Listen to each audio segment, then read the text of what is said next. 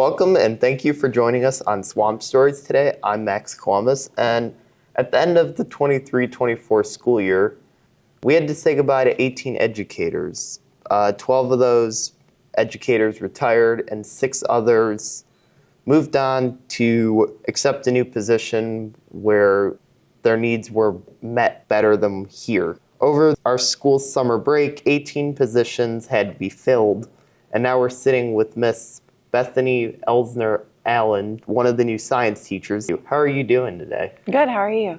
I am doing great. Tell us a little bit about yourself. I am from Oklahoma. I moved up to Michigan about 20-some years ago. I went to Eastern over the course of a long time, just taking classes here and there and working 2 to 3 jobs. And so eventually I got my teaching degree, and I worked for a few years at Roseville. I worked for a few years at Canton, and now I'm here. Well, we're glad to have you. What kind of degrees specifically did you get? So I got my associate's degree from Schoolcraft, and I recommend those community colleges. If that's your thing, do it, because it was a good fit for me at the time. And then I got an integrated science degree, so technically I can teach any of the sciences, but I have the most experience in biology and physics right now. What are some of your favorite foods? What's your family like? Do you have any pets? Oh, yes. Okay, so favorite foods, Mediterranean and pizza, specifically tomatoes pizza. You know Tomatoes by Johnny P's? Oh, yes. Okay. So anybody who doesn't know it, during the week, if you ever have a day off of school, they have the best lunch buffet for like $12. It's amazing. And then Mediterranean food is just delicious, and garlic, the garlic sauce, and then you just smell all week. And then pets, we have 2 cats. They're brother and sister. We call them literally boy cat, girl cat. That's their names, official names. But they also have nicknames. So the girl cat is Sissy for sister, and boy cat, he put on a lot of weight last winter, so we started calling him Fatty Boombalatti. But this summer he lost a lot of weight, so now I'm not sure what to call him. I just call him Boombalatti most of the time. Now, do you believe pineapple belongs on pizza? There's a time and a place. So occasionally, yes. That sweet pineapple balances out well with the salty ham. You got to have it with the ham. But it's not an everyday thing. That's like a once in a while kind of thing. Every once in a while, it's good. Yeah. Sometimes it just hits the spot right. I agree. Do you ever have that feeling in your mouth where it's like tingly after the pineapple? Yes. Okay, so pineapple has an enzyme in it called bromelain that breaks down your like cell walls on your tongue. So like if you eat too much of it, it's not good. I just learned that the other day from Human Bio in Stanton's 5th hour. We were, in the past I've done where you swish like Gatorade in your mouth to get your cheek cells. Yeah. And that's one way to do it, is to use pineapple juice as well, or bromelain, because it will break down the cell walls and you can extract the DNA. And then it just regenerates. Yeah, our body's amazing. Yes, I'm taking Human Bio and it's a the fun interesting class. Epithelia.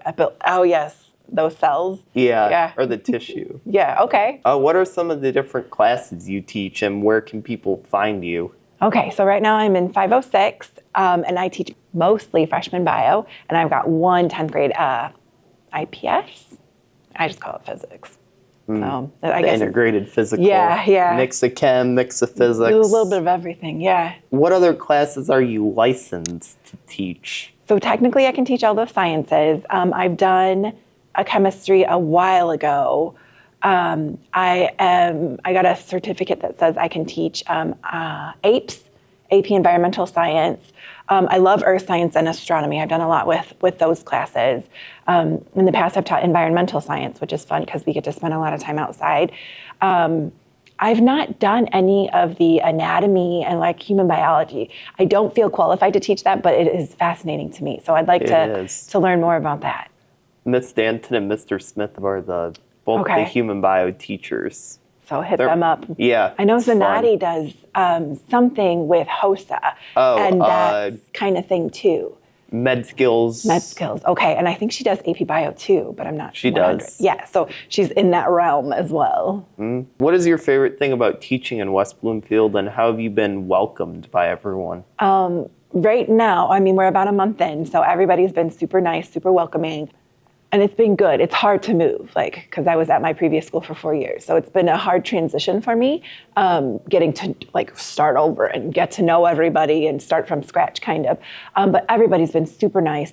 And I think the greatest thing is honestly the commute, because I live near Tomatoes. And so that 5 minute, up to 10 minutes maybe commute is wonderful.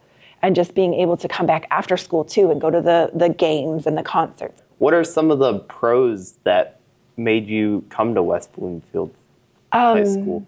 Well, I think one of the biggest things is the commute, and my kid goes to Doherty. So this is where we live. And so to be able to teach where I live and be a part of that community was really important to me. And so, and I was looking for some place that I could retire from. So I hope it's a good fit. I mean, so far it's been wonderful, and that I'm able to stick around for, 20 plus years and teach my daughter maybe one of these days. What's your favorite thing about being a teacher? Ooh, I love my students. Bugging them and getting to know them and being nosy and jumping in their conversations when they don't think I can hear them is always kind of funny. It's all about them. What is your cell phone policy? Oh, good night. Okay. Okay. It's a controversial topic. I don't know what to do. I don't understand. Because yesterday there was a girl like, my mom's on the phone. I got to step into the hallway. Like, why is your mom calling you? She knows you're supposed to be in school. I just don't understand. So right now, like the first couple of weeks, it was like pretty laid back. Like, just put it away. We're in the middle of something right now. And that doesn't work because we're all addicted to our phones, let's be honest. Especially with my freshmen, this is their first time at the high school. And so they're getting used to all the constrictures as well, I guess. So now I've got the pockets, and I tell them at the beginning of class, put it away. And if I see it, it goes in the pocket.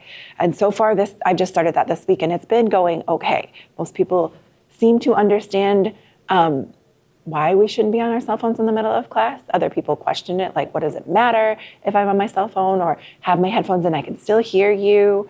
So there's definitely, maybe it's a generational thing between me, not having cell phones in school really until my junior, senior year, and people who've grown up with cell phones, and now we're like butting heads thinking, oh, well, for my freshmen, it's a tool that they can use.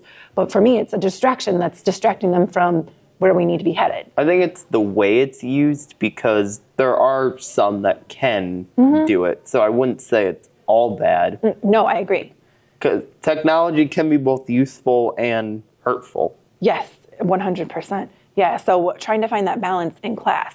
So right now, I just told them we need to keep it away, maybe just make some fresh boundaries, and then eventually throughout the year, we can start being, I don't want to say lenient, but start using them a little more in class as a tool rather than, because right now it's mostly just Snapchat and communicating with each other across the room. Like, you guys don't need to be texting each other right now. One of the things I can't do, I can go on Instagram for like 5 minutes. I get so bored. Really? Oh man, I find myself, I think they call it doom scrolling, right? It is. Just keep going and going and going. Yeah, I cannot get myself to do that. Good. Like, I've tried for like 5 minutes, and I just goodness. like, I'll go on, I'll see a few stories, and I'll be like, oh no, time to get off, I'm bored. On mine is a lot of parenting. Like, I follow a lot of parenting things and teacher things. And so I'll say, oh, that's an interesting idea, and like go look it up, and then go back to Instagram, and then, oh, that's interesting. And then, so I do find myself, an hour later, like looking at the clock and be like, oh no, I need to go to bed. Like, put this phone away. Yeah, I've found other things that are beneficial. Yeah. Phone is just mindless. And so sometimes after a long day, it's kind of nice to just check out. Yes. Immerse yourself into some knowledge, some research, or just go to bed. Talk about goal setting. You did an activity of goal setting earlier in the school year. Yeah. And how do you feel like that's going? What was the purpose of that? So I have a warm-up question every day when they come in. And the question was, what's your goal for this class? Why are you here? I know you have to be here, and you also have to have this class to graduate. So are you wanting to just simply pass this class? Or are you wanting that A and just to get a feel for what they want, and then for them to think about, okay, well, what am I going to have to do to make sure that happens? And if you're just here to pass, it's not much you have to do, to be honest. But if you want that A, I'm working with you, and we're going to get that A, and we're going to at least attempt it together. And so I need to revisit that to see where they're at right now, because it's been a couple of weeks since we did that. So see if they're happy with where their classes are at, where they're at in their classes, and then if they're not satisfied, what they can do to talk to their teacher or to kind of change or make some better habits to make sure that their grade is where they want it to be. And I think that's important too, knowing that, okay, it might be me doing the work, but knowing that there's someone there that's like, oh, I want to help. I want to get you to where you want to be. You just have to work with me is an important thing.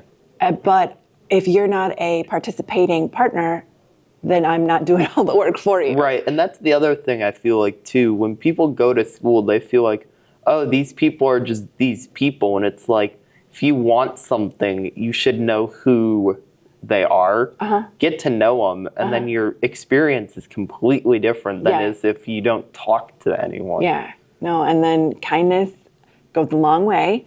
So especially with teachers, if you're nice to them, they're going to go above and beyond for you.